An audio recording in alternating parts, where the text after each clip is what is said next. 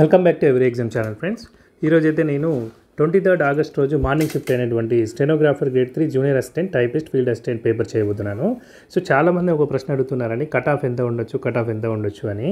So అదేంటంటే అండి, ఇప్పుడు 50+ వచ్చిన వాళ్ళది మంచి స్కోరే అనుకోవచ్చు అండి. యాక్చువల్గా 50+ ఉన్న వాళ్ళకి యాక్చువల్లీ నేను 60+ చాలామంది ఉంటారని ఎక్స్పెక్ట్ చేశాను. బట్ ఈ పేపర్ డిఫికల్టీ కూడా అలాగే ఉందండి. చాలా పేపర్స్ నిన్న 2 చేశాను కదా, ఈ థర్డ్ పేపరు. సో డిఫికల్టీ కూడా బాగానే ఉంది కాబట్టి కొంచెం స్కోర్ తగ్గొచ్చు. అండ్ నార్మలైజేషన్లో ఈ డిఫికల్ట్ వచ్చినటువంటి వాళ్ళకి స్కోర్ పెరగచ్చు. బట్ ఆల్మోస్ట్ చూస్తే పేపర్స్ అన్నీ ఒకే డిఫికల్టీలో ఉన్నాయి కాబట్టి +or-5 అంతవరకే ఎక్స్పెక్ట్ చేసుకోవచ్చు. సో నార్మలైజేషన్ విషయం పక్క పెడితే, ఒకవేళ నార్మలైజేషన్ ఉన్నా కూడా ఎఫెక్ట్ అనేటువంటిది అందరికీ ఈక్వల్గానే ఉంటుందండి. ఎవరికైతే ఈజీ వచ్చిందో వాళ్ళకు యాడ్గా ఇంకా ఒక రకంగా మైనస్ అవ్వచ్చు. సో హార్డ్ వచ్చిన వాళ్ళకి యాడ్ అయ్యే ఛాన్స్ ఉంటుంది కాబట్టి సో ఒక్క దాన్ని బేస్ చేసుకొని నార్మలైజ్ చేస్తారు. అంతేగాని ఎటు తిరిగి అందరి అభ్యర్థులకి బెనిఫిట్ ఉండేలాగానే చేస్తారు కాబట్టి so normalization doesn't matter. But ఇక్కడ చూసుకున్నట్లయితే మీకు 50+ వచ్చిన వాళ్ళు, 50 to 60 వచ్చిన వాళ్ళు సేఫ్ స్కోర్ అనే అనుకోవచ్చు. అండ్ ఇంకొక విషయం ఏంటంటే, మీరు ఈ పేపర్స్ అన్నీ కూడా క్షుణ్ణంగా చదవండి. ఇంకా ఇప్పుడైతే మీరు చేసేది ఏం లేదు కదండి. సో ఖచ్చితంగా ఇది చదువుకుంటే చాలా ఉపయోగపడుతుందండి మీకు. నెక్స్ట్ రాబోయే ఎగ్జామ్స్ అన్నిటికీ మళ్ళీ హైకోర్టు నోటిఫికేషన్ పడినా, ఇప్పుడు ఏదో కాంట్రాక్చువల్ పోస్టులు కూడా పడ్డట్టున్నాయి కదండి 240 అలా. సో వాటన్నిటికీ కూడా ఖచ్చితంగా యూజ్ఫుల్ అయ్యే కంటెంట్ ఉంటుంది. సో ఈ పేపర్స్ అన్నీ కూడా చదవండి మీరు. అంటే ఇప్పుడు నేను ఎక్స్ప్లెయిన్ చేస్తున్నాను కదా, ఈ వీడియో ఫుల్ డెప్త్లో చూడండి. అండ్ ఇంకొకటి ఈ మన స్టెనోగ్రాఫరు, టైపిస్టు, కాపీస్టు వాళ్ళు మట్టుకి సో 32 కంటే ఎక్కువ వచ్చిన వాళ్ళు ఇంకా వాళ్ళు స్కిల్ టెస్ట్కు క్వాలిఫై అయిపోయినట్టే కాబట్టి మీరు స్కిల్ టెస్ట్కి ప్రిపేర్ అవ్వండి. మీకు రిజల్ట్ ఎప్పుడు ఇచ్చేది తెలియదు కాబట్టి అప్పటి వరకు మీరు సన్నద్ధంగా ఉండాలి కాబట్టి సో వాళ్ళు ఖచ్చితంగా ప్రిపేర్ అవ్వండి. అంటే ఇది 32 ఏంటంటే జనరల్ కట్ ఆఫ్ చెప్తున్నాను. సో 28 వచ్చేసి బీసీ కట్ ఆఫ్ ఏదో ఉంది, 24 వచ్చేసి మనకు SC/ST కట్ ఆఫ్ ఉందన్నమాట. సో ఈ విధంగా ఉన్న వాళ్ళందరికీ స్కిల్ టెస్ట్ పెడతాము. అండ్ స్కిల్ టెస్ట్లో వచ్చిన వాళ్ళ మార్కుల ఆధారంగానే మేము సెలక్షన్ లిస్ట్ తీస్తాము అని చెప్పేసి నోటిఫికేషన్స్లో మెన్షన్ చేశారు కాబట్టి అది చెప్తున్నానండి. ఇంకా ఈ పేపర్లోకి వెళ్తే first question, since it's Inception APUIML is involved and assisting in government of Andhra Pradesh. ఇదేంటంటే దీని యొక్క ఫుల్ ఫామ్ అడిగాడండి. ఇదేంటంటే ఇన్ఫ్రాస్ట్రక్చర్ రిలేటెడ్ ప్రాజెక్ట్స్కి హెల్ప్ చేస్తుందన్నమాట. ఇది Andhra Pradesh urban infrastructure asset management limited. ఇది కరెక్టే అండి. అంటే సారీ, ఇదే అండి answer. Which of the following is a colourful floral festival of Telangana celebrated by women folk with exotic flowers of the region. వస్తుంది కదండి ఇప్పుడు బతుకమ్మ సెప్టెంబర్లో. కేసిపు వేసి చందమామ, ఈ మంచి ఫెస్టివల్ అండి. అంటే పూలనే దేవతగా కొలిచేటువంటి ఒక అద్భుతమైన ఆచరణాత్మకమైన ఫెస్టివల్ వచ్చిందనమాట. సో ఇది Bathukamma. And next third, which of the following is an annual harvest and Hindu cultural festival celebrated mostly by the people of Kerala. So కేరళకు సంబంధించి ఒక హార్వెస్ట్ ఫెస్టివల్ అండి. సెప్టెంబర్ ఆ టైంలో వస్తుంది, ఇప్పుడు వస్తుంది. సో ఇది ఏంటంటే ఓణం ఏంటంటే 2 కథలు ఉన్నాయండి. ఒకటి బలిచక్రవర్తి ఉంటాడు కదండి, వామనుడు బలిచక్రవర్తిని తొక్కేసిన తర్వాత బట్ మూడవ అడుగు ఎక్కడ వేయాలి అంటే 2 అడుగులు ఆకాశం నేల మీద వేసిన తర్వాత 3వ అడుగు నా తల మీద పెట్టమని చెప్తాడు.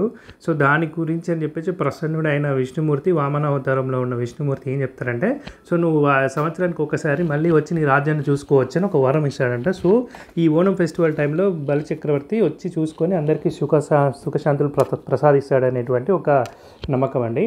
ఇంకొక కథ ఏంటంటే, పరశురాముడు ఉన్నాడు కదా, సో పరశురాముడు క్షత్రియులందరి మీద యుద్ధానికి బయలుదేరుతాడు. ఫస్ట్ తన తండ్రి జమదగ్ని చంపేస్తాడు. దాని తర్వాత అందరు రాజులను క్షత్రియులను చంపేసిన తర్వాత తన ఆయుధమైనటువంటి గండ్రగొడ్డలిని సముద్రంలో పారవేస్తే సముద్రుడు మళ్ళీ పైకి తీసుకొస్తాడంట. సో ఆ పైకి తీసుకొచ్చినటువంటి ప్రదేశమే కేరళ అని చెప్పేసి కూడా ఒక నమ్మకం అండి. సో అది జరిగిన టైం సెప్టెంబర్ ఆ టైంలో కాబట్టి అప్పుడు ఓణం జరుపుకుంటారని కూడా ఒక ప్రతీతి అనమాట. సో ఈ 2 స్టోరీస్ ఉన్నాయన్నమాట. బెచ్ thermal power plant faced protest in Andhra Pradesh for environmental issues. So ఎప్పుడండి ఒక విజయవాడలో థర్మల్ పవర్ ప్లాంట్ జరిగినప్పుడు ఇనిషియేట్ చేసినప్పుడు ప్రొటెస్ట్ జరిగాయండి. కొండపల్లి, ఇబ్రహీంపట్నం ఆ ప్రాంతంలో ప్రొటెస్ట్ జరిగాయి అనమాట. సో ఇది answer. Fifth question, the Mahad Satyagraha was related to. So Mahad Satyagraha ఎవరు చేశారండి? Doctor BR Ambedkar. మొట్టమొదటిసారి ఈ యొక్క కుల విచక్షణకి వ్యతిరేకంగా చేసినటువంటి ఫస్ట్ ఇది నిరసన అన్నమాట. So and non violent protest to allow the Dalit community to use water from public tank. So అప్పుడు ఆ పబ్లిక్ ట్యాంక్లో అంటే ఓన్లీ పై కులాల ఉన్నత కులాల వాళ్ళకి అక్కడ యాక్సెస్ ఉండేదన్నమాట. సో దీనికోసం అని చెప్పేసి మహద్ ఉద్యమాన్ని అంబేద్కర్ గారు తీసుకొచ్చారు. Question number 6, what was the trend in gold over production gold ore production ఎలా ఉంది అంటే 23-24లో బంగారు ధాతువు. సో ఇది increasing in quantity and value అండి. ఇది కూడా మినిస్ట్రీ ఆఫ్ మైన్స్ డాక్యుమెంట్ నుంచి వచ్చిందండి. సేమ్ డాక్యుమెంట్ నుంచి 5 క్వశ్చన్స్ పడ్డాయండి మీకు. 5 క్వశ్చన్స్. నిన్న నేను 4 క్వశ్చన్స్ చెప్పాను. అంటే ఫస్ట్ పేపర్లో 2 క్వశ్చన్స్, తర్వాత 2 క్వశ్చన్స్, అండ్ ఈ పేపర్లో కూడా ఒక క్వశ్చన్. అంటే చూడండి 5 క్వశ్చన్స్. ఇంకా వస్తాయో తెలియదు. In February 2024 which railway station in Andhra Pradesh was declared the cleanest? So ఇది విశాఖపట్నం అండి. విశాఖపట్నంని క్లీనెస్ట్గా డిక్లేర్ చేశారు. Next, in which year of the following places districts of Andhra Pradesh did a blast అక్కర్ in a pharma unit? So అనకాపల్లిలో pharma industry యూనిట్లో ఇది జరిగిందండి blast. అదేంటంటే Essentia pharma కంపెనీలో జరిగింది. ఇది ఏంటంటే అనకాపల్లి డిస్టిక్లో ఉంది, అచ్యుతాపురం సెజ్లో ఉందన్నమాట. ఇది the Wahabi Waliullah movement was related to. ఇదేంటంటే అండి ఇండో ఇస్లాంని శుద్ధి చేయాలనే ఉద్దేశంలో 1820లో ఇది స్టార్ట్ చేశారు. వహాబీ ఉద్యమం అంటారు. Socio religious reforms in Indo Islamic society in the 19th century. So 19th century అంటే 1820 కదండి. మామూలుగా ఏంటి మీకు 1800 to 1899ని మనం 19th century అంటాం. 0 to 99ని మనం 1st century అంటాం, right. And 1 to 199ని 2nd century అంటాం. సో అందుకే మీకు సెంచరీలో ఇయర్స్ కొంచెం వెనకాల ఉంటాయి అన్నమాట. నెక్స్ట్ చూసుకున్నట్లయితే 10th, who among the following dance personalities was conferred with Padma Shri award 2020 in the field of art of further strengthening India Sri Lanka cultural ties? India శ్రీలంకకు ఉన్నటువంటి రిలేషన్స్లో ఎవరికి మనకు పద్మశ్రీ ఇచ్చాము? 2020లో అండి. సో ఇది మనం అసలు ఎక్స్పెక్ట్ చేయము. వజీరా చిత్రసేన డాక్టర్. ప్రాజెక్ట్ పరి. పరి అంటే ఏంటండి? పబ్లిక్ ఆర్ట్ ఆఫ్ ఇండియా అనమాట. పరి అంటే పబ్లిక్ ఆర్ట్ ఆఫ్ ఇండియా. ఇది దేనికి సంబంధించింది అంటే ఆర్ట్ కదండి. ఆర్ట్ అంటే ఆర్ట్ అండ్ కల్చర్ అంటారు కదా, మినిస్ట్రీ ఆఫ్ కల్చర్.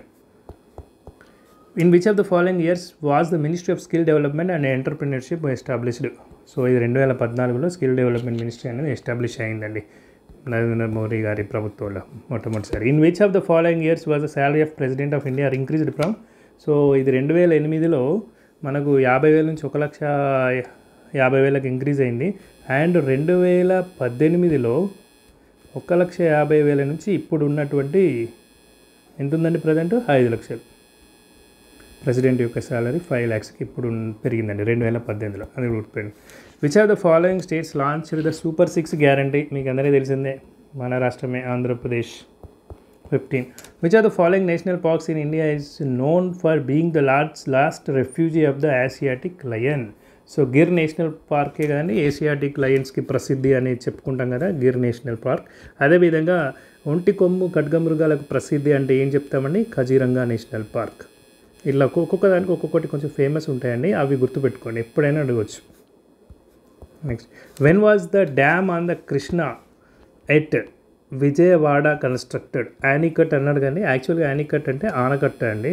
అంటే ఏంటంటే కొంచెం డ్యామ్లా కట్టి నీళ్ళను కంట్రోల్డ్గా చేసి కొద్దిగా రిలీజ్ చేస్తూ ఆ నీళ్ళని మనం వ్యవసాయానికి వాడుకునేలాగా చేస్తూ అడ్డుగా కట్టేదాన్ని ఈ చిన్న ఆనకట్ట అంటారండి. ఇది ఎప్పుడు అంటే 1852 to 55లో ఇది జరిగిందండి, రైట్. ప్రకాశం బ్యారేజ్ మీద, రైట్. దాన్నే ప్రకాశం బ్యారేజ్ అంటారు. ఇప్పుడు మళ్ళీ ఒక 100 సంవత్సరాల తర్వాత 1957లో మళ్ళీ దీన్ని రీకన్స్ట్రక్ట్ చేశారండి, అది కొట్టుకుపోయింది వరదలకి. సో అదనమాట. Next 17, the Aruvippuram movement was started in which of the state of the India? Aruvippuram అంటే ఇది కేరళ అండి. అక్కడ కూడా ఇది ఒక ఏంటంటే నిమ్న కులానికి చెందిన వాళ్ళు ఆలయంలో శివుని ప్రతిష్ఠించి ఈ యొక్క ఉద్యమాన్ని స్టార్ట్ చేయడం జరిగిందనమాట. సో అందరూ దేవుడికి అవైలబుల్గా ఉండాలి, అందరూ ఒక్కటే అన్న నినాదంతో ఇది స్టార్ట్ అయిందనమాట. And 18th question, a man comes towards plane mirror at a speed of 8 meters per second, the relative speed of his image will be? చూస్తే ఇప్పుడు ఇక్కడ మిర్రర్ ఉందనుకోండి, రైట్.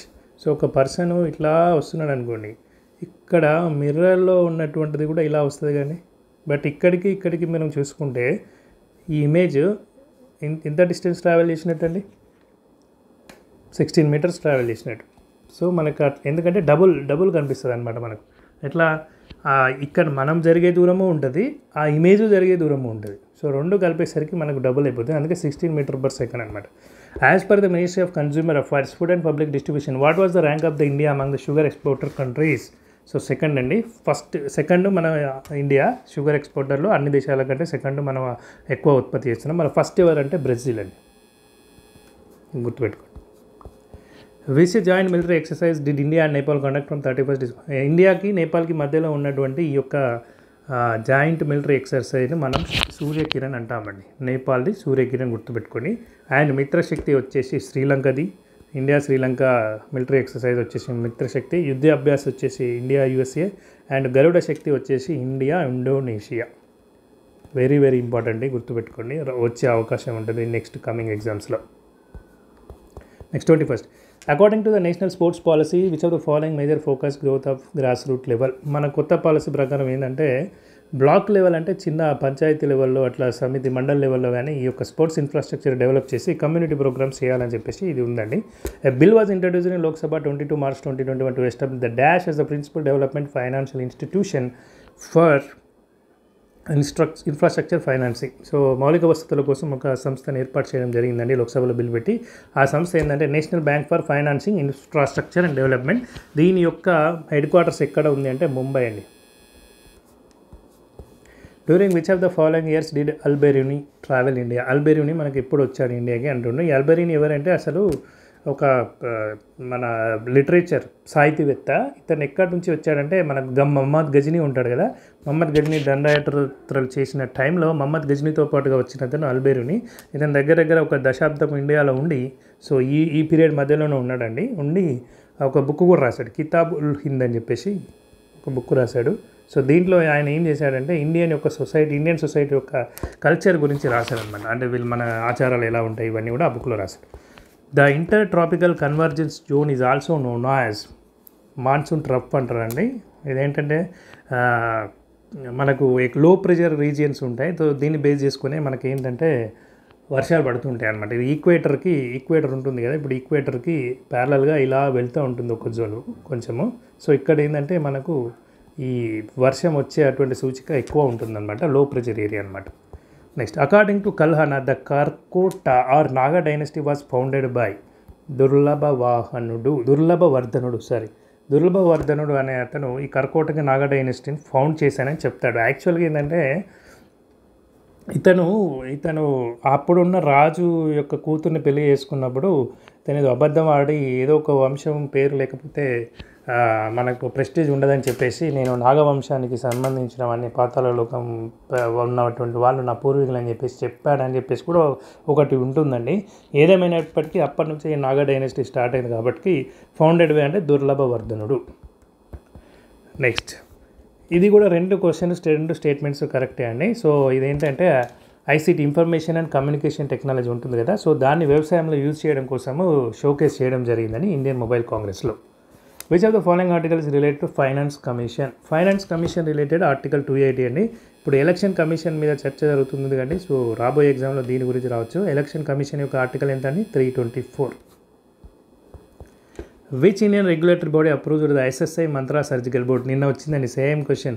అంటే దీని గురించి ఇది ఆప్షన్లో ఉండే ఆన్సర్గా ఎస్ఎస్ఐ మంత్రా అనే సర్జికల్ రోబోట్ పేరు ఏంటి అని అడిగారు. కంపెనీ వచ్చేసి చెప్పాను కదండి నిన్న, సర్జికల్ ఇన్కార్పొరేటెడ్ అని చెప్పేసి. సో దీనికి అప్రూవల్ ఇచ్చింది ఎవరు అంటే central drugs CSDSO, central drug standards control organisation. And what term describe the situation when the balance between government revenues and expenditure is distributed. Physical imbalance అదే అండి. ఇప్పుడు మనకు ఇంబ్యాలెన్స్ అంటే ఏంది? అసమానత్వం. ఫిజికల్ అంటే ద్రవ్య రూపకంగా అసమానత్వం, అంతే కదా. గవర్నమెంట్కి రెవెన్యూస్కి ఎక్స్పెండిచర్ డిస్టర్బెన్స్ ఉన్నప్పుడు అదే కదండి మ్యాచింగ్ కానప్పుడు.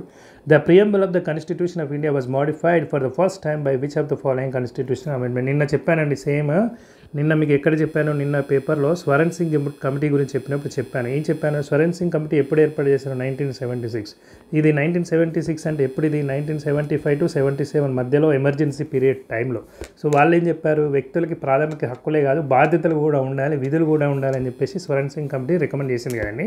సో ఇదంతా కూడా ఎప్పుడు ఇన్కార్పొరేట్ చేశాడు? 42nd అమెండ్మెంట్ ఇందిరాగాంధీ టైంలో ఇవన్నీ కూడా రాజ్యాంగంలో యాడ్ చేయడం జరిగింది. అండ్ పీఠికలో కూడా కొన్ని పదాలు సెక్యులర్, రైట్, ఇవన్నీ పదాలు కూడా 3 పదాలు కూడా యాడ్ చేయడం జరిగిందనమాట, right. The vice president of India acts as the ex officio chairman of which of the following houses of Indian parliament. ఎవరండి? రాజ్యసభకే కదండి. ఎవరు చేస్తారు? Vice president. ఇప్పుడు రాజీనామా చేశాడు కాబట్టి డిప్యూటీ చైర్మన్ అయినటువంటి హరివంశ్ నారాయణ్ సింగ్ గారు ప్రజెంట్ వైస్ ప్రెసిడెంట్ మన ఎక్స్ అఫిషియో చైర్మన్గా రాజ్యసభకు విధులు నిర్వహిస్తున్నారు. కానీ ఉపరాష్ట్రపతి రిజైన్ చేస్తే రాజ్యసభ డిప్యూటీ చైర్మన్ విధులు వస్తాయి తప్ప ఉపరాష్ట్రపతి విధులు మాత్రం రాజ్యసభ డిప్యూటీ చైర్మన్ చేయడానికి లేదు. Fundamental duties will rise standards of the citizen in public life. Therefore, every individual should obey and promote these duties. These recommendations was made by. So ఇక్కడ కొందరు స్వరణ్ సింగ్ అని కూడా అంటున్నారండి. బట్ స్వరణ్ సింగ్ కమిటీ టైంలోనే జస్ట్ ఫండమెంటల్ డ్యూటీస్ అనేటువంటి వాటికి ఒక రూపకం వచ్చింది. జస్ట్ ఇంట్రొడక్షన్ అనమాట. So actually JS Varma committee correct అని నేను అనుకుంటున్నాను అండి. ఒక్కసారి మీరు స్వరణ్ సింగ్ అనుకున్న వాళ్ళు మీకు కాన్ఫిడెంట్గా ఉంటే ఇది రైజ్ చేయడానికి ట్రై చేయండి. సో ఏంటంటే ఫండమెంటల్ డ్యూటీస్ వచ్చిన తర్వాత వాటి ఇన్కార్పొరేట్ అయిన తర్వాత ఏంటంటే individual should obey these duties అని చెప్పేసి ఈ కమిటీ చెప్పినట్టుగా ఉందండి. నేమ్, లొకేషన్ ఇదన్నీ కరెక్టే అండి. ఇవన్నీ కూడా కరెక్టే. క్యాన్సర్ హాస్పిటల్ కన్స్ట్రక్టెడ్ బై అంటే ఇది ఎక్కడ ఉందండి? విజయనగరంలో ఉంది. Gurudeva charitable trust and doctor Vijayasri Uppalapati foundation, ఇది Vizianagaram. First container hospital in Andhra Pradesh, ఇది ఎక్కడ ఉంది అంటే Parvathipuram Manyam. All India institute of medical sciences వచ్చేసి మంగళగిరి. సాయి ఆరోగ్య హాస్పిటల్ వచ్చేసి Bapatla. Which of the plan was based on the ideas of Mahalanobis, the architect of Indian planning. So second plan అండి. Second plan పరిశ్రమలకు జరిగింది కదండి, పరిశ్రమల రిలేటెడ్గా. సో అప్పుడు మహాలనోబిస్ మోడల్ అని కూడా అంటారు దాన్ని. అతని యొక్క జన్మదినాన్ని మనము జూన్ 29ని నేషనల్ స్టాటిస్టిక్స్ డేగా కూడా జరుపుకుంటూ ఉంటామండి. సో ఇది Mahalanobis model, second model. As per economic survey 2022-23 of Andhra Pradesh, foundational schools plus are for which of the following stages of conducting. Actually ఇక్కడ ఫౌండేషన్ స్కూల్స్ ప్లస్ అన్నాడండి, ఇది గుర్తుపెట్టుకోవాలి. ఫౌండేషన్ స్కూల్స్ అంటేనేమో ప్రీ ప్రైమరీ నుంచి సెకండ్ స్టాండర్డ్ వరకు అండి. Foundation schools plus అంటేనేమో pre primary నుంచి 5th స్టాండర్డ్ వరకు అండి. సో ఇక్కడ PP1, PP2 and class 1 to 5 కూడా వచ్చేస్తాయి, ప్లస్ అన్నారు కాబట్టి. Next, which of the following is the pure form of carbohydrate. Jaggery బెల్లంలో మనకు 98% కార్బోహైడ్రేటే ఉంటుందండి. సో అందుకనే ఇది pure form of carbohydrate. Which cultural identity was promoted in Andhra Pradesh during the Kakatiya rule. So వాళ్ళు ఏంటంటే తెలుగు భాషకి సంస్కృతానికి కూడా వాళ్ళు ఒక రకమైనటువంటి ఇంప్రూవ్మెంట్ అనేది ఇచ్చారనమాట. సో కాకతీయ రూల్లో language culture. Which of the following certifications related to trade and export qualifies for 50% reimbursement. ఇది డైరెక్ట్ బిట్ అండి. ఇది గ్లోబల్ ఫుడ్ సేఫ్టీ ఇనిషియేటివ్, ఇదే కరెక్ట్ అండి. ఇంకొకటి DEX అని కూడా ఇది ఉందండి, బట్ అది ఎట్లా మన ఆప్షన్స్లో లేదు కాబట్టి ఇదే ఆన్సర్ అవుతుంది. Which rivers banks have many pilgrimage sites like Nashik, Trimbak, Bhadrachalam. Bhadrachalam ఎక్కడండి? పాపికొండలు, గోదావరి నది. గోదావరి లాంచ్లో వెళ్తుంటారు అంటారు కదా, సో గోదావరి. ఇప్పుడు త్రయంబకేశ్వరం దగ్గరే గోదావరి నది యొక్క జన్మస్థానం. మరి కృష్ణానది యొక్క జన్మస్థానం ఎక్కడండి? మహాబలేశ్వరం. రైట్. సో ఇదనమాట. Next, which are the British engineer was responsible for the construction of the Dhavaleswaram ఆనకట్ట అక్రాస్ ద గోదావరి. నిన్న వచ్చిందండి, సేమ్ బిట్ 2 సార్లు ఇచ్చారండి. అంటే నిన్న అర్థర్ కాటన్ అని ఇవ్వలేదు, బట్ ఇయర్ ఇచ్చినట్టున్నాడు, ఎప్పుడు కన్స్ట్రక్ట్ అయింది ఇచ్చినట్టున్నాడు. సో ఇది అర్థర్ కాటన్ బ్రిడ్జ్ అని కూడా అంటారు కదండి. సో ధవళేశ్వరం ఆనకట్ట, రాజమహేంద్రవరం. సో ఇక ఇప్పుడు ఇంగ్లీష్ అండి, అది అయిపోయింది. ఇంగ్లీష్లో చూసుకున్నట్టయితే the practice of having several husbands. ఎక్కువ మంది హస్బెండ్స్ని కలిగి ఉండడాన్ని ఏమంటారండి? పాలియాండ్రీ. మరి ఎక్కువ మంది భార్యలను కలిగి ఉండడాన్ని ఏమంటారండి? పాలిగామి. రైట్, పాలిగామి. మరి పాలియాంథస్ అంటే ఇదేదో ఒక చెట్టు పేరులాగా ఉందండి. రైట్. ఇంకొకటి పాలిఅమరీ అంటే ఏంటంటే multiple romantic relationships for sexual pleasures. So అట్లాంటి ప్లెజర్స్, ఇది పాలిఅమరీ అనమాట. సో ఇక్కడ మనకు వచ్చినటువంటి ఆన్సర్ ఏందని? పాలియాండ్రీ. బహుభర్తృత్వం అంటారు కదా. 42. When I get home my mother will be cooking. మరి నేను ఎప్పుడైతే ఇంటికి వెళ్తానో అప్పటి వరకు మా అమ్మ వంట చేస్తూ ఉంటుంది. సో విల్ బీ కుకింగ్ కరెక్టే అండి. ఇది ఏమైనా రాంగ్ ఉంటే చెప్తాను. ఒకటి వచ్చింది అబ్జెక్షన్, ఇంకొకటి కూడా ఏదో ఉన్నట్టుంది, చెప్తాను. స్కాండ్ అంటే తక్కువ అండి. తక్కువ అంటే ఇక్కడ మీకు ఇక్కడ యాంటనిమ్స్ అన్నాడు కాబట్టి అబండెంట్ అంటే ఎక్కువ, ప్లెంటీ. సో ఫస్ట్కి C ఉన్నది ఒకటి కాబట్టి ఇదే ఆన్సర్ అండి. కామ్ అంటే టర్బులెంట్. కామ్ అంటే ప్రశాంతంగా, టర్బులెంట్ అంటే కొంచెం ఏమంటారు అల్లకల్లోలం అట్లా. Encourage, discourage. Strength, weakness. Right. Select the most appropriate synonym of the given word. Complacent ఆత్మసంతృప్తి అండి. సో కంటెంటెడ్ అంటే తృప్తిపరచబడిన అని. సో తృప్తిగా ఉన్నటువంటి. సో ఇదే అండి answer. A picture is worth 1000 words. మనము ఒక బొమ్మతోని అంటే దృశ్యం చూసిన దానికి వర్డ్స్ చెప్పిన దానికి అర్థం ఎక్కువ దేంతోనైతే అని మనం చూసినప్పుడే ఎక్కువ అర్థమవుతుంది అన్నట్టుగా. అందుకని దృశ్యం సినిమాలో వాడు చెప్తా ఉంటాడు, ఎన్నిసార్లు చెప్పినా కూడా మళ్ళీ వెళ్ళి మళ్ళీ 1 month తర్వాత వెళ్ళి మళ్ళీ అదే మ్యాటర్ రిపీట్ చేస్తాడు. సో ఎందుకంటే చూస్తూ విన్నారు కాబట్టి వాళ్ళకి ఈజీగా గుర్తుంటుంది అనమాట. సో అదే అనమాట, it is easier to describe something complex and difficult with a picture rather than describing it words. శబ్దాలతో రాస్తూ వర్డ్స్తో చెప్పడం కంటే ఒక బొమ్మ గీసి చెప్తే ఇంకా ఈజీగా అర్థమవుతుంది అనేటువంటి విషయాన్ని ఇక్కడ చెప్తున్నారు. 46. Someone who studies the structure and behavior of the physical and natural world through observation and experiment. సైంటిస్టే కదండి. సో అబ్జర్వ్ చేస్తూ న్యాచురల్ వరల్డ్ని అసలు ఏంటి డిఫరెంట్గా, ఇప్పుడు ఐజాక్ న్యూటన్ అదే కదండి, యాపిల్ ఎందుకు కిందికి పడాలి పైకి ఎందుకు పోలే అనేటప్పుడే కదండి మనకు గురుత్వాకర్షణ శక్తి గురించి తెలిసింది. అంటే వి ఫీల్ ఇట్, బట్ దానికి కొంచెం సైంటిఫిక్గా చేసింది అదే అనమాట. I felt pain in my shoulder after carrying heavy baggages ఉండదండి, బ్యాగేజ్ అంతే, బ్యాగేజ్లోనే అన్నీ వస్తాయి, right. Check in baggage, cabin baggage అంటాం కదండి, బ్యాగేజ్ అంటాం అంతే. 48. All amphibians and most reptiles are meat eaters. They use a high variety of ways to track their prey. It can see అన్నాడు. ఇక్కడ ఏంటంటే మీరు ఆర్డర్ రాయాలి, జంబుల్డ్ ఉన్నాయి కాబట్టి ఆర్డర్ రాయాలి. ఇట్ కెన్ సీ అన్నాడు కానీ ఇట్ అనేది ఏందో చెప్పలేదు, ఇది అనుకుంటా. The chameleon lizard is one such example. So డీకి తర్వాత సి వస్తుంది, ఏకి బి వస్తుంది, రైట్. ఇక్కడ చెమేలియన్ అంటే ఏంటంటే ఊసరవెల్లి. సో ఇదేంటంటే డిఫరెంట్ డైరెక్షన్స్ ఒకటే టైంలో మనకు డిఫరెంట్ డైరెక్షన్, దాని కళ్ళ నుంచి ఒక గుడ్డు ఇటు ఉంటుంది, ఒక గుడ్డు ఇటు ఉంటుంది, అలా కూడా చూడగలుగుతాయి కానీ అది. సో అది అన్నట్టు. నెఫారియస్ అంటే నీచమైన వస్తుందండి.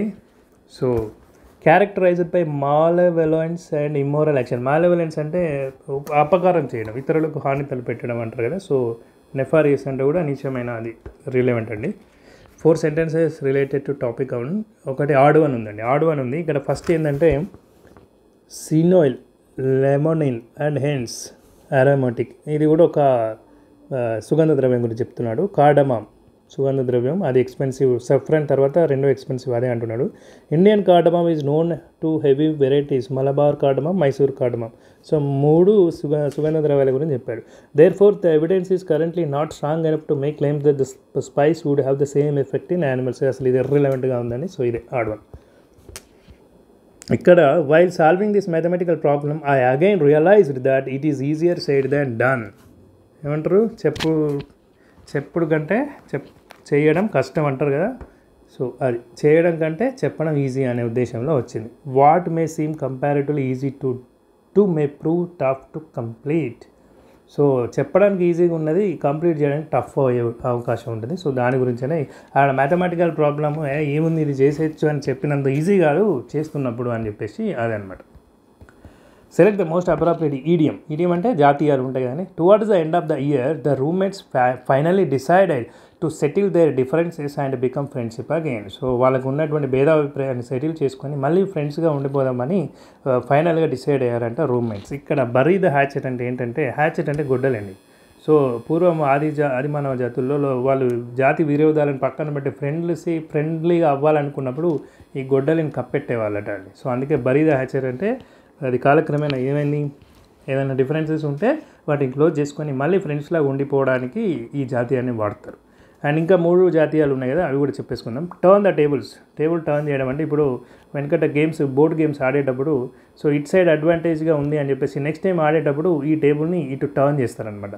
సో ఇంకొకరికి కూడా అడ్వాంటేజ్ అయ్యేలాగా. అంటే ఇప్పుడు ఏదైనా 2 పార్టీలు ఉన్నాయనుకోండి, సో 2 లాయర్లు ఉన్నారు, ఒక కేసు వాదిస్తున్నప్పుడు ఒకనొక టైంలో ఇటు ఫేవర్గా ఉన్న కేసు కనుక అటు ఫేవర్గా అయిపోయింది అనుకో, అప్పుడు టేబుల్స్ టర్న్ అయ్యాయి అనే ఉద్దేశంగా వాడతారు. Let the cat out of the bag అంటే మనం ఏదైనా సీక్రెట్ దాచినప్పుడు అది కనుక రివీల్ అయిందనుకోండి, దాన్ని మనం let the cat out of the bag అంటారనమాట. అయితే వెనకట ఏంటంటే బ్యాగులలో చిన్న పందులను అమ్మేవారంట, పంది పిల్లలను, పిగ్లెట్స్. సో చిన్న బ్యాగులలో వేసుకొని ఇక్కడ అమ్మేవారనమాట.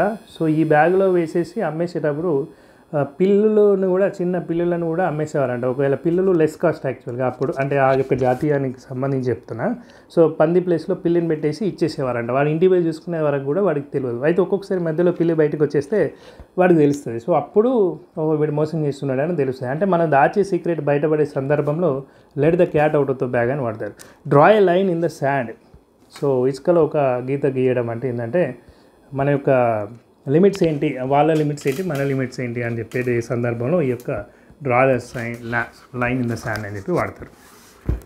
నెక్స్ట్ చూసుకున్నట్లయితే 53 the highest mountain in the world named after a surveyor colonel sir George Everest. అంతేగాని ఎవరెస్ట్ పేరు మీదనే కదా వచ్చింది ఇది.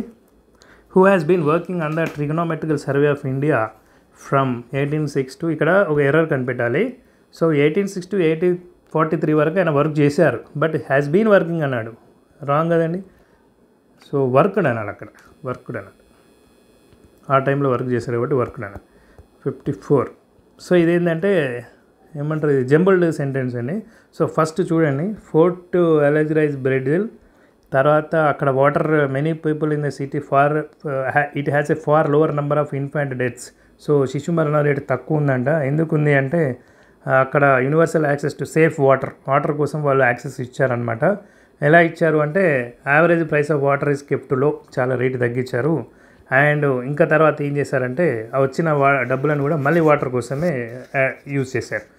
Select the sentence in which the word rather means to show a preference for one thing over other. So ఒక్కదానికంటే ఎక్కువ preference ఇవ్వడానికి వాడే సెంటెన్స్ ఏమని అడిగారండి. ఇది కరెక్టే అండి. చాలామంది ఇది కాదని అనుకుంటున్నట్టున్నారు. ఇక్కడ చూడండి, she would rather go the parlour than go shopping. So shopping పోవడం కంటే కూడా ఆమె పార్లర్కి పోవడానికి ఎక్కువ ఇష్టపడుతుంది అన్నాడు. ఇక్కడ వాడు అడిగిన క్వశ్చన్ ఏంది, to show preference worthing over other. ఇంకొక థింగ్ కంటే మామూలుగా ఫస్ట్ థింగ్కి ఎక్కువ ప్రిఫరెన్స్ ఇచ్చేటట్టుగా ఉన్న సెంటెన్స్ని ఐడెంటిఫై చేయమన్నాడు. అంటే ఇదే కదండి. Select the most appropriate meaning of the underline idiom or phrase between a rock and a hard place. So ఈడియంకి మీనింగ్ కనిపెట్టమన్నాడు. ఏంటంటే డిఫికల్ట్ సిచ్యువేషన్లో ఉండడం అనమాట. ఇది డిఫికల్ట్ సిచ్యువేషన్లో ఉన్నప్పుడు ముందు నువ్వు వెనక పోయి అంటారు కదండి, అట్లా. సో ఇక్కడ టూ ఈక్వల్లీ బ్యాడ్ ఆల్టర్నేటివ్స్లో ఏది సెలెక్ట్ చేసుకోవాలని. ఇప్పుడు the small business invested everything in a new marketing campaign that sadly failed now with dwindling funds. అంటే క్షీణిస్తున్న ఫండ్స్, అంటే అయిపోతున్న ఫండ్స్. ఏదో బిజినెస్ స్టార్ట్ చేశాడు, ఫండ్స్ అయిపోతున్నాయి, మరి ఇప్పుడు నేను ముందు నువ్వు వెనక పోయేలాగా ఉంది అని చెప్పేసి చెప్తున్నాడు. ఇక్కడ ఏంటంటే facing a difficult choice, right, అంతే. It will be more better if he attempts the examination with the help of a writer. ఒకవేళ రైటర్తోని కనుక తీసుకుంటే బెటర్ అని, మోర్ బెటర్ అని అంటున్నాడు. సో యాక్చువల్ ఇక్కడ ఏంటంటే మనము గుడ్ ఉందనుకోండి, అంటే స్క్రైబ్ని తీసుకోవాలి అంటున్నాడు. కాకపోతే ఇక్కడ గుడ్డుని మోర్ గుడ్ అన్నాం అనుకోండి, ఏమంటాము, బెటర్ అంటాం. ఇంకా గుడ్ ఉందనుకోండి, మోస్ట్ గుడ్, దాన్ని ఏమంటాం, బెస్ట్ అంటాం. సో ఇక్కడ మోర్ గుడ్ని ఆల్రెడీ బెటర్ అన్నప్పుడు మళ్ళీ మోర్ రాదండి, మోర్ బెటర్ ఏముండదు. సో ఈ మోర్ ఉండకూడదు. అంటే it will be better if he attempts the examination with the help of a writer. We visited the London last summer. The London అనకూడదండి, we visited London last summer. Mister Aryan reads a Ramayana everyday. A Ramayana కదండి, ఇవి ఏమంటారు, పురాణాలు కదండి. Ramayana unique ఉంటాయి కాబట్టి రామాయణ, లేకుంటే the Ramayana అన్న, ద రామాయణ అనాలి actual, the Ramayana.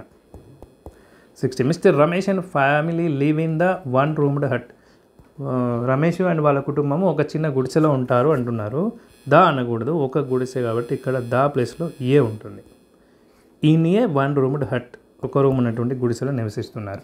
A tree with red leaves dash at the front gate. ఇది సింపుల్ ప్రజెంట్లో ఉంటుంది కాబట్టి stands. Simple present third person singular. Third person సింగులర్కి ఎప్పుడైనా ఎస్ కానీ ఎస్ కానీ వస్తుంది కానీ. సో థర్డ్ పర్సన్ సింగులర్ కాబట్టి ఇక్కడ స్టాండ్స్ వస్తాయి. An exact copy of handwriting or a printed text. దీన్ని ప్రతిరూపం అంటారు. సో కాపీ, జిరాక్స్ కాపీ లాగానే, కాకపోతే చేతి రాతకు సంబంధించిన దాన్ని కాపీలాగా తయారు చేస్తే మాత్రం దాన్ని ఫస్మిల్ అంటారు. 63. The teacher advised the students that they dash practice regularly to improve their skills. They should practice అండి, they should practice. Match the word and column. Match antonyms అండి, అంటే ఏంటి, వ్యతిరేకార్థక పదాలు. సో వర్బోజ్ అంటే ఏంటి, మాటలతో కూడిన, రైట్. అండ్ దీనికి ఆన్సర్ ఏమొస్తుందండి, వర్బోజ్ అంటే కాన్సైజ్, అంటే కొంచెం తక్కువ వర్డ్స్తో కూడిన అనమాట. అడ్వర్సిటీ అంటే ప్రతికూలమైన. మరి ప్రాస్పరిటీ అంటే శుభసూచకమైన, లేకుంటే ఏమంటారు, మంచిది అని చెప్పేసి, శ్రేయపూర్వకమైన అని. అండ్ ఆల్ట్రుయిస్టిక్ అంటే ఏంటండి, పరోపకారం. మరి ఇక్కడ సెల్ఫిష్, దానికి ఆపోజిట్ సెల్ఫిష్, ఓన్లీ తన సొంత ఇది చూసుకోవడం. నోవెల్ అంటే నవల ఉంటుంది మీనింగ్. ఇంకొకటి నోవిస్ అనే దానికి అడ్జెక్టివ్గా కూడా ఉంటుంది. నోవిస్ అంటే ఏంటంటే కొత్తదైన అని, మనకు కొత్త అనుభవం అయినప్పుడు దాన్ని నోవిస్ అంటారు. సో దానికి అడ్జెక్టివ్గా నోవెల్, కొత్తదైన అని వాడచ్చు. సో దానికి ఆపోజిట్ ఏంటంటే ఫెమిలియర్, ఆల్రెడీ తెలిసిన అని చెప్పేసి. The convoluted history of diplomatic negotiation shaped the geopolitical landscape of the Cold War era. Convoluted అంటే కాంప్లెక్స్, మెలికలు జరిగిన సిచ్యువేషన్స్. సో డిప్లొమాటిక్ నెగోషియేషన్స్ అప్పుడు ఉన్నాయి కదా, రెండవ ప్రపంచ యుద్ధం తర్వాత అప్పుడు జరిగినటువంటి జియో పొలిటికల్ ల్యాండ్స్కేప్లో ఈ కోల్డ్ వార్ ఎరాలో ఆ యొక్క నెగోషియేషన్స్ అనేటువంటివి ఇలా టర్న్అవుట్ అయ్యాయని చెప్తున్నాడు. సో రెండిట్లో దానే ఉంటుందండి, ఇక్కడ దా ఉండాలి. ఎందుకంటే ప్రజెంట్ అసలు లేదు ఆ సిచ్యువేషన్, ఎప్పుడో జరిగిపోయిన దాని గురించి ఆల్రెడీ అందరి నోట్లో నాలిన దాని గురించి చెప్తున్నాడు. సో అప్పుడున్న పరిస్థితి, ద జియో పొలిటికల్ ల్యాండ్స్కేప్, అది ఏం చేసిందంటే కోల్డ్ వార్ ఎరాకి నాంది పలికిందని చెప్పేసి. రైట్ అండి. ఇప్పుడు చూసుకున్నట్లయితే ఇక్కడ ప్యాసేజ్ ఇది ఏంటంటే ఒక పొల్యూషన్, ఎయిర్ పొల్యూషన్ వల్ల ఏం జరుగుతుంది, మన హెల్త్కి ఎలా ఉంటుంది అని చెప్పేసి ఒకటి రాశాడండి. సో ఇది మొత్తం ఇప్పుడు నేను చదవను కానీ మీరు ఒకసారి చదువుకోండి. సో దీంట్లో టైటిల్, అప్రోప్రియేట్ టైటిల్ అన్నప్పుడు the silent threat understanding air pollution and it's impact on health అన్నాడండి. సో ఇక్కడ సాయిల్ గురించి కానీ దేని గురించి అని చెప్పాలి, ఓన్లీ ఎయిర్ గురించి చెప్పాలి కాబట్టి direct bit. Second question, which of the following may occur due to exposure to poisonous gases in a closed room heated by burning coal. So కోల్ని బర్న్ చేసినప్పుడు ఏమొస్తుంది, కార్బన్ మోనాక్సైడ్ వస్తుంది. సో ఇది పైన mention చేశాడు. సో దాని గురించి అనేది చెప్పేసి మనకు answer carbon monoxide. Next third, which of the following inferences is false as discussed in the passage. Air pollution is primarily caused by natural sources అన్నాడండి. మనం ప్యాసేజ్ చేయకుండా చెప్పొచ్చు, న్యాచురల్ సోర్సెస్ వల్ల, సహజ వనరుల వల్ల ఎయిర్ పొల్యూషన్ ఎప్పుడు రాదు. సో ఇదే రాంగ్, ఫాల్స్ స్టేట్మెంట్ అన్నప్పుడు ఇదే answer. Next, identify the structure of the passage. So ఇది ఏంటంటే ఒక ఎక్స్ప్లెనేషన్ ఇస్తున్నట్టుగా ఉంది కాబట్టి ఇన్ఫర్మేటివ్ అంటారు, ఎక్స్పోజిటరీ అంటే కూడా వివరణాత్మకం అంటారు కాబట్టి ఇది ఇన్ఫర్మేటివ్ అండి. Next, why is air pollution a global concern, political impacts health and environmental world wide necessitating urgent action. అంతే కదండి. సో హెల్త్ హజార్డ్స్ వస్తున్నాయి అండ్ క్లైమేట్ యాక్షన్ అంటారు కదా, సో దానివల్ల ఇష్యూస్ వస్తున్నాయి. Next, in literature the concept of imagery refers to the use of, ఇక్కడ ఏంటంటే మనకు ఏదైనా చెప్పాలి అనుకున్నప్పుడు ఒక వర్డ్, మన నావెల్ రాస్తున్నటువంటి రైటరు మన యొక్క మెదళ్ళలో మనం ఊహించుకొని ఒక దృశ్యమాలికను అనుభవించేలాగా వాళ్ళు ఎలా రాస్తారు, ఏ వర్డ్స్ యూజ్ చేస్తే ఎలా వస్తుంది అనే దాని గురించి ఒక ఇది రాశాడండి. So writers of and dash various techniques. So వాళ్ళు రకరకాల టెక్నిక్స్ను యూటిలైజ్ చేస్తారండి. రైట్. అండ్ నెక్స్ట్ చూసుకున్నట్లయితే ఎమోషనల్ అండ్ ఇంటెలెక్చువల్ రెస్పాన్సెస్, వాళ్ళు ఏంటంటే కొన్ని మెటాఫర్, ఇంక్లూడింగ్ మెటాఫర్, కొన్ని మెటాఫర్ వాడడం కానీ, సిమిలీస్ వాడడం కానీ, పర్సోనిఫికేషన్, ఒకరిని ఇంకొకలాగా ఊహించి చెప్పడం కానీ, సింబల్స్, ఉపమాలంకారం ఉంటారు కదా, ఆమె ముఖం చంద్రబింబం వలె ఉన్నది అని చెప్పేసి ఇట్లాంటివి వాడడం వల్ల. ఇప్పుడు మెటాఫర్ అంటే ఏంటంటే రెండు అసలు సంబంధం లేని విషయాలను కలుపుతూ రాస్తారు. మెటాఫర్ అంటే రూపకం అంటారు కదా, రూపకాలంకారం. ఇట్లా మనసు సముద్రం ఉంది, ఇవి రెండు అసలు సంబంధమే లేదు కానీ నా మనసు ఒక సముద్రం అని రాస్తారు. సో అప్పుడు ఏంటి, ఓకే అంత విశాలమైంది లేకుంటే అంత లోతైంది అని అర్థం చేసుకునేలాగా మెటాఫర్స్ అంటారు వీటిని.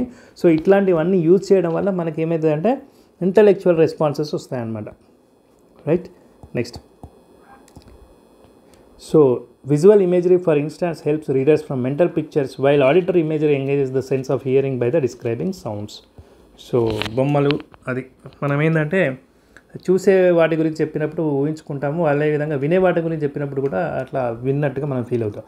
The author might also employ dash descriptions ఇక్కడ such as gustatory or olfactory imagery to appeal to the senses of the taste or smell. Gustatory అంటే ఏంటంటే సంతోషకరమైనటువంటి, ఆల్ఫాక్టరీ ఏంటంటే స్మెల్ రిలేటెడ్ అండి, వాసన రిలేటెడ్. వాటి గురించి కూడా మనకు అక్కడ రాస్తే మనం ఏంటంటే మోర్ ఇమ్మర్స్ అయిపోతాం అనమాట దాంట్లో. సో అక్కడ వాటి గురించి రాసేటప్పుడు వాటిని ఏమంటారు, డిస్క్రిప్షన్స్ అంటారు. Next, select the most appropriate option to fill in the blank. 4 కదా, 4.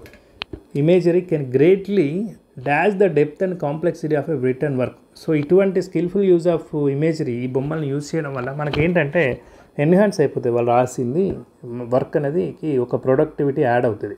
allowing for a multi-dimensional dash that enhance the reader's connection to the narrative or poem. Interpretation అంటే మనం ఎలా అయితే దాన్ని అర్థం చేసుకుంటామో, సో మల్టీ డైమెన్షనల్గా అలా అర్థం చేసుకోవడానికి ఇటువంటివన్నీ యూజ్ అవుతాయని అంటున్నాడండి. రైట్. నెక్స్ట్ ఇంకొక ప్యాసేజ్ ఉందా, లాస్ట్ ప్యాసేజ్ అండి.